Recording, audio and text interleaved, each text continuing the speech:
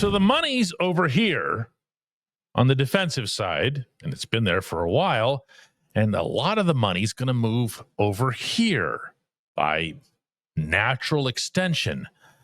That, in and of itself, could be really interesting this offseason. Good afternoon to you. Good Wednesday afternoon. I'm Dejan Kovacevic of DK Pittsburgh Sports. This is the new Double Shot Show. It comes your way every weekday afternoon. The offense is going to have to pay a quarterback. My feeling, actually, just my hope, is that it'll be Justin Fields.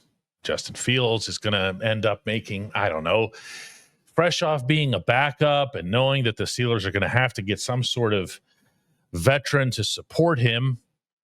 You're probably talking somewhere in the range of around $20 million and maybe 3 years and 60 guaranteed. He's not going to say no to that. And then you're going to have to pay somebody else, kind of that Mitch Trubisky wage, you know, the $10 million or so. So you're putting around 30 into the position, whereas you put almost nothing into it this past year. So some of the money that was going over here obviously has to make it over here. But that can't be it. That can't be it. Because one of the things that you've seen, well, two of the things that you've seen in recent weeks here is, one is that the defense wasn't worth it. Whatever they were getting paid for a whole bunch of reasons wasn't worth it. But offensively, it affects your defense. We saw this time and time again. Heck, even when the Steelers were winning in the 10-3 stretch, we saw it, where the offense would just 3 and out too often, and the defense was out there for 75 plus snaps in the game, and they're wearing down at the end. And you're not going to get the symbiosis that you need between offense and defense, and for that matter, special teams, unless you make sure that there's just a better balance between them. So if I'm taking resources, whether that's financial or draft capital or trade or whatever, and I'm deploying them more toward offense, first off, that's absolutely what I do.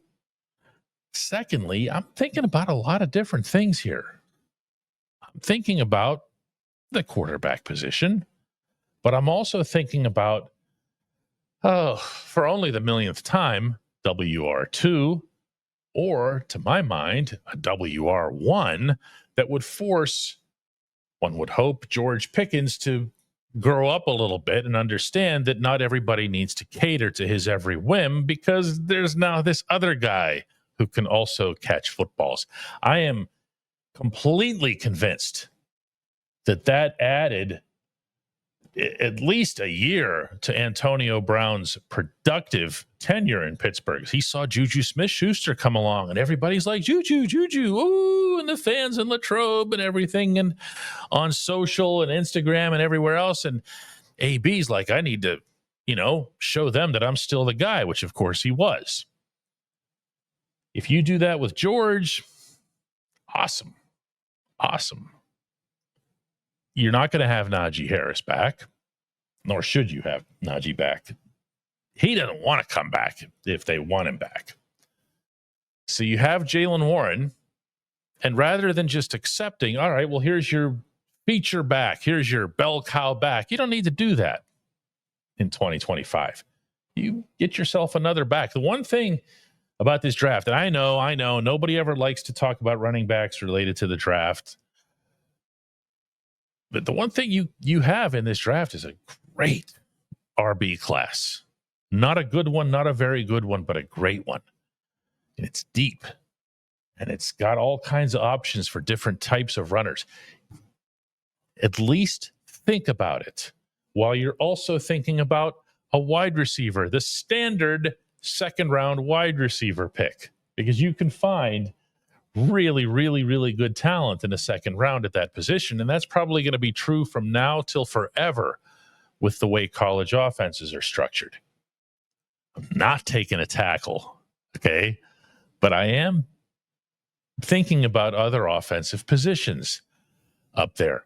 I am thinking about having a fair amount of dynamism and energy and explosiveness at more than just a couple of positions on that side of the ball. I am thinking about, if you choose to stay with Fields, and it sure sounded like that's where Mike Tomlin would like to go, load him up. Give him some weaponry. Don't stick him with what's there. The line, again, you're not doing draft picks here. You just can't keep doing that year after year after year. What you can do is you can look across the line, set the tackles up in a way that makes the most sense. I think that's going to be Troy Fautanu on the left and maybe a new coach working with Broderick Jones on the right. You got to get yourself a guard or two. You got to get yourself a reserve tackle. And I don't know that any huge amount of resources needs to go into any of those. But the skill positions, yeah, man, jazz that up a little bit. When we come back, going to be joined by Chris Halleck. At DK Pittsburgh Sports, we take pride in coverage that connects our city's fans to their favorite teams. Now, that connection's stronger than ever. Introducing our all-new state-of-the-art app. Find expert inside reporting and original podcasts. Check live box scores. Track the latest stats. Chat it up with our community of thousands of fans, all in one place. The new app from DK Pittsburgh Sports. Coverage that connects.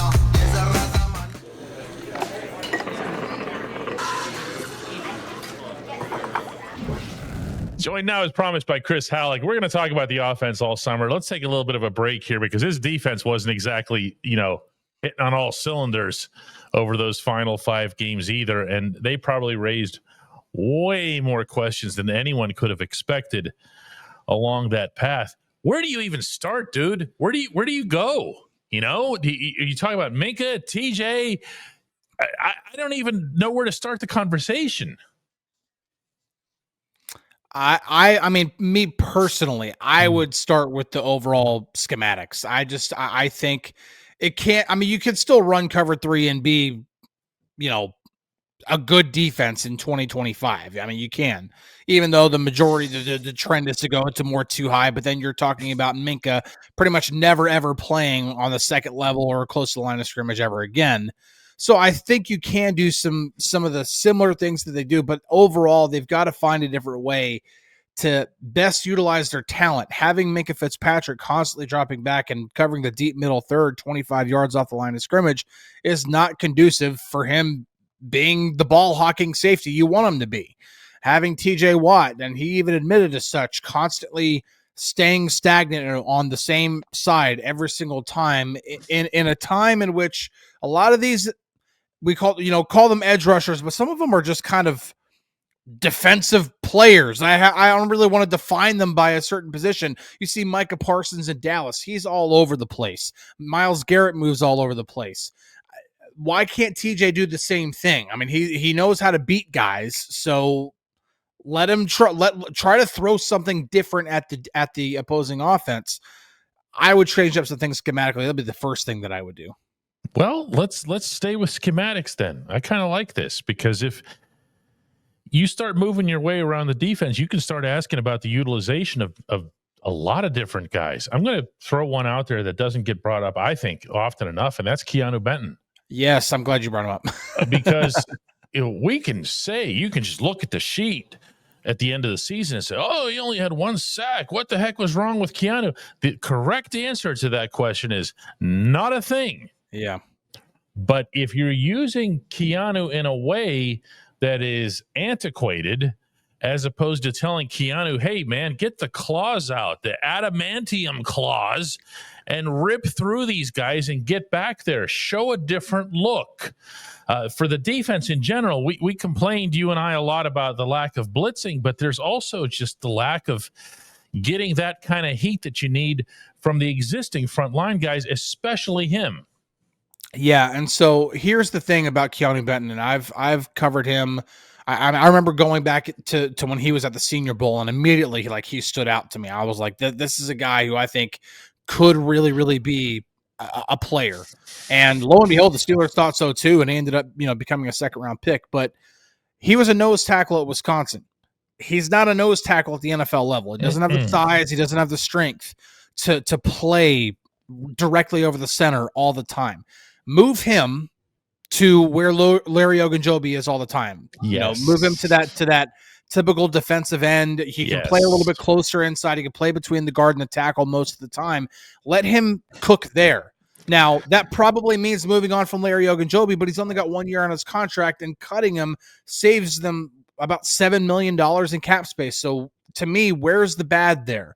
You move Keanu Benton into a better position for him to probably play better than he has, and you save some money in the process, and you can allocate that wherever you need to. And let me try to put the Keanu thing into a more layman's term here. What you want to do, what Chris and I, obviously, since we share this view, what we want out of Keanu is to be Stephon Tuitt part 2. Really? Yeah. Okay. Mm-hmm. The way you had Steph and Cam as kind of like those twin towers up there, they were doing double the damage. There was no answer for what they were doing. You don't to just have Keanu be there and to stuff that just, and you weren't even coming up the middle with your linebackers anyway. The whole thing just made no sense. As we continue to work our way around, the other subject that comes up a lot is right outside cornerback. Now, Dante Jackson is, for anybody who doesn't know, a free agent. Dante played really well whenever he was healthy, which, to his credit, battling through a recurring and lingering back issue, that's to his credit. But that's also a real thing. And any of us who've ever dealt with back issues know that they don't exactly, just see ya, oh, it's all better now. So what happens at right outside corner? We know that the draft is strong at this position. What do you do? I personally am all for going after cornerback, and if that means the first round, that means the first round. I do think. Wow, really? Yeah. I mean, Okay. well, listen. I mean, they've drafted a tackle in the first round back-to-back years. I don't think they need to go 3 years in a row of drafting a tackle. No, we're not doing a tackle again. Right. They don't need not doing a tackle. They don't need a center because they have Zach Frazier. They could address guard, but guard in the first round is No, you don't do that. Yeah. Right. Unless you have a DeCastro or somebody, right? Right. And so really the only position on the offensive side of the ball I would consider in the first round is wide receiver, but we'll stick on the defensive side. Cornerback to me is a big time need. It almost might be as big of a need as wide receiver is. And that's because if you don't bring Dante Jackson back, first off, you have to get somebody to play opposite Joey Porter Jr.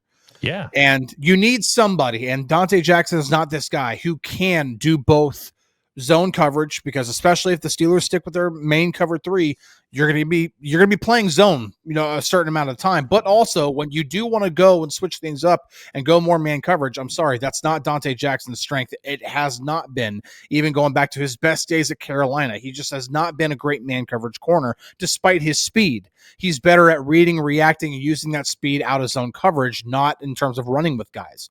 And so find a guy, again, if it means in the first round, then so be it. Find a guy who can do a little bit of both. Find a guy who can play well opposite Joey Porter Jr. And really, slot corner, I understand you probably don't want to spend a first-round pick on one like that. That's a little bit overkill. No. But slot corner has become a very important position, especially if the Steelers decide they want to, as they did against the Ravens, stupidly, just to be blunt, if they're going to run out of nickel so often, you're going to need a really good slot corner, and you just don't have a choice in that. We're going to end up doing a whole episode at some point on the Steelers' specific defending against the Ravens in Baltimore. When we come back, J1Q.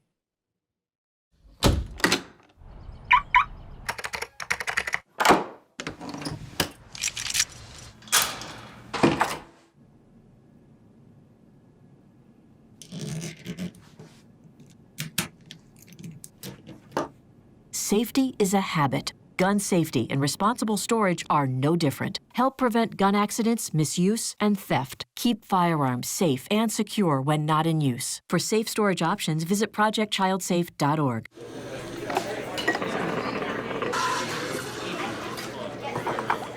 Time now for J1Q, and for that, we head to Washington, D.C. and Pierre.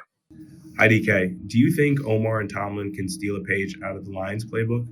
If we're not going to have Hall of Fame quarterback play, in order to be contenders again, we're going to need amazing coordinators and to hit on more draft picks than we have since 2018. If they can't do this before TJ and Cam have to hang it up, I think it might be best to blow it up, but I still have a little hope. Thanks for everything. Well, your little bit of hope is kind of tough to see, Pierre, because you're basing it on some pretty grand conditions there. You're saying, well, if they get two spectacular world-class dynamite coordinators, there's hope. You're saying if they get a Hall of Fame quarterback, there's hope. You're saying if they make some really significant changes and all kinds of, that's unfortunately where this situation is. And that's what got exposed. Make no mistake, these last 5 losses, they're either going to be the worst thing or the best thing to happen to this franchise. Now, we can argue, and I've put this forth already, that the franchise is better off with a completely fresh start, meaning not Mike Tomlin. That's my stance. He's back, whether I want it or not. So you're going to have to go from there. What's going to happen with Arthur Smith? I don't know. He had an interview today. He's got another interview tomorrow. Maybe he'll be a head coach. Maybe you'll have not 1, but 2 new coordinators, because I can't fathom there's a way that Terrell Austin will keep his job, if only because he's lining up as the perfect scapegoat type of firing. He's not the defensive coordinator. He hasn't been the defensive coordinator. That's been Tomlin for many years now. If you have 2 new coordinators, you're kind of starting over. You're kind of doing things, I don't want to say differently, because it's still under the same coach, the same head coach.